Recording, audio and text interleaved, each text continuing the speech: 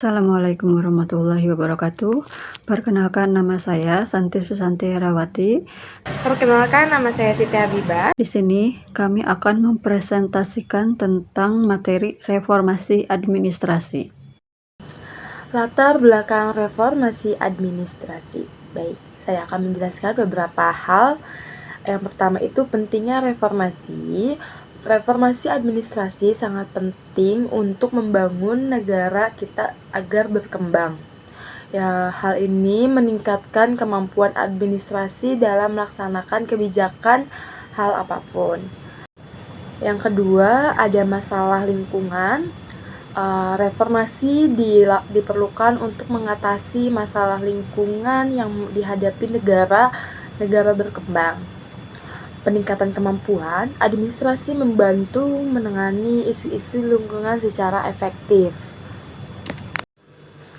Yang ketiga, ada perubahan struktural. Perubahan struktural dalam birokrasi diperlukan untuk meningkatkan efektivitas organisasi. Reformasi ini harus mencangkup perubahan dalam struktur dan prosedur untuk mencapai tujuan pembangunan. Rumusan masalah reformasi administrasi. Yang pertama, definisi reformasi. Apa yang dimaksud dengan reformasi administrasi? Reformasi administrasi adalah proses perubahan untuk meningkatkan sistem administrasi pemerintahan.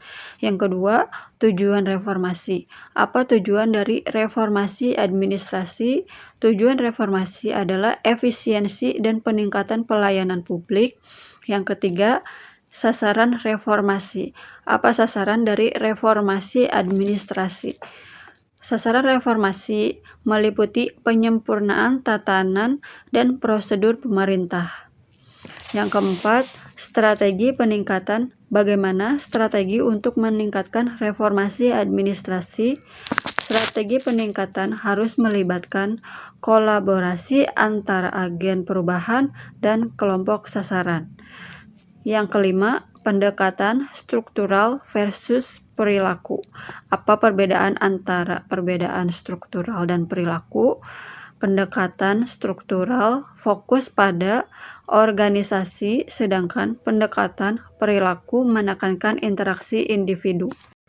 Nah, di sini ada beberapa tujuan reformasi administrasi.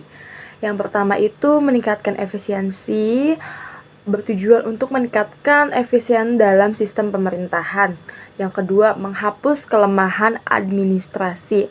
Tujuannya mengatasi kelemahan dalam administrasi seperti korupsi dan pilih kasih. Yang ketiga, di sini ada pengenalan sistem merit. Tujuannya mencangkup mengenai sistem merit dalam mengangkatkan promosi pegawainya. Dan yang keempat, penyesuaian terhadap keluhan masyarakat. Tujuannya itu mampu menyesuaikan diri dengan keluhan masyarakat yang meningkatkan. Yang kelima, perubahan pembagian pekerjaan, yaitu mengubah pembagian pekerjaan antara administrasi dan politik.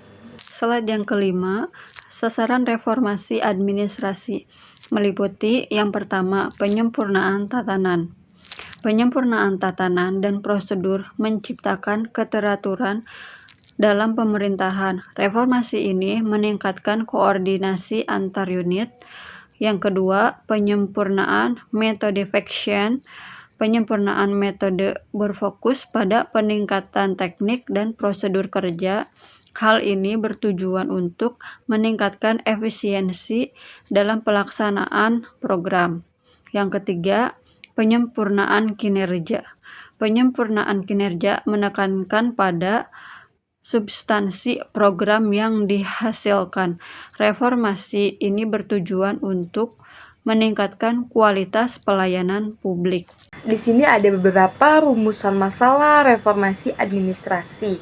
Dan yang pertama adalah strategi kolaboratif yang menghubungkan erat antara agen perubahan dan kelompok yang berpengaruh. Pendekatan ini meningkatkan efektivitas dalam mencapai tujuan reformasi. Nah, yang kedua, strategi non-kolaboratif diterapkan ketika agen perubahan memiliki kekuatan yang jauh lebih besar. Namun, strategi ini menimbulkan oposisi yang kuat. Yang ketiga, ada evaluasi dampak. Pentingnya untuk menilai efektivitas perubahan untuk umpan balik dari kelompok yang berpengaruh diperlukan untuk perbaikan berkelanjutan. Nah, yang keempat ada peran kepercayaan. Kepercayaan diri kelompok yang berpengaruh dalam kunci keberhasilan reformasi. Nilai yang dipernaikkan harus disejalan dengan nilai kelompok tersebut. Nah, yang terakhir, 5. Pendekatan struktural. Pendekatan struktural berfokus pada organisasi dan prosedur dalam reformasi. Pendekatan ini perlu dipadukan dengan pendekatan perilaku atau hasil yang optimal. Pendekatan struktural versus pendekatan perilaku. Pendekatan struktural memberikan kerangka kerja yang jelas untuk menganalisis organisasi secara sistematis. Fokus utamanya adalah pada struktur formal dan hubungan antar bagian dalam organisasi. Pendekatan ini mendukung efisiensi dan efektivitas dalam pengelolaan sumber daya. Namun, pendekatan ini sering dianggap kurang responsif terhadap perubahan dinamis dalam perilaku organisasi.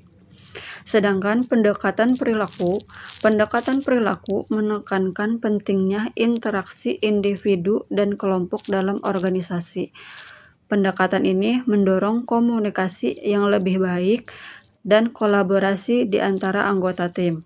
Dengan demikian, pendekatan ini dapat meningkatkan kepuasan kerja dan motivasi karyawan.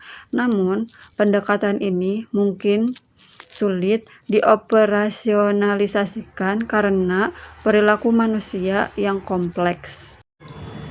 Kesimpulan reformasi administrasi. Restrukturisasi organisasi pemerintah perlu direstruksikan. Penerapan teknologi informasi. Pemanfaatan teknologi ini meningkatkan transparansi dan efisiensi layanan publik. Pengembangan sumber daya manusia. Meningkatkan kompetensi aparatur melalui pelatihan berkelanjutan sangat penting. Dan yang keempat, terakhir, peningkatan akuntabilitas dan transparansi. Mekanisme evaluasi harus diterapkan untuk memastikan akuntabilitas aparatur negara. Penerapan teknologi informasi dalam reformasi administrasi meliputi yang pertama, meningkatkan transparansi dalam layanan publik. Penerapan teknologi informasi dapat meningkatkan transparansi dalam layanan publik. Sistem yang terintegrasi memungkinkan masyarakat untuk mengakses informasi dengan lebih mudah. Yang kedua, memperluas aksesibilitas informasi publik. Teknologi informasi memungkinkan akses yang lebih luas terhadap informasi publik. Hal ini membantu masyarakat mendapatkan data yang diperlukan secara cepat. Yang ketiga, meningkatkan efisiensi proses administrasi.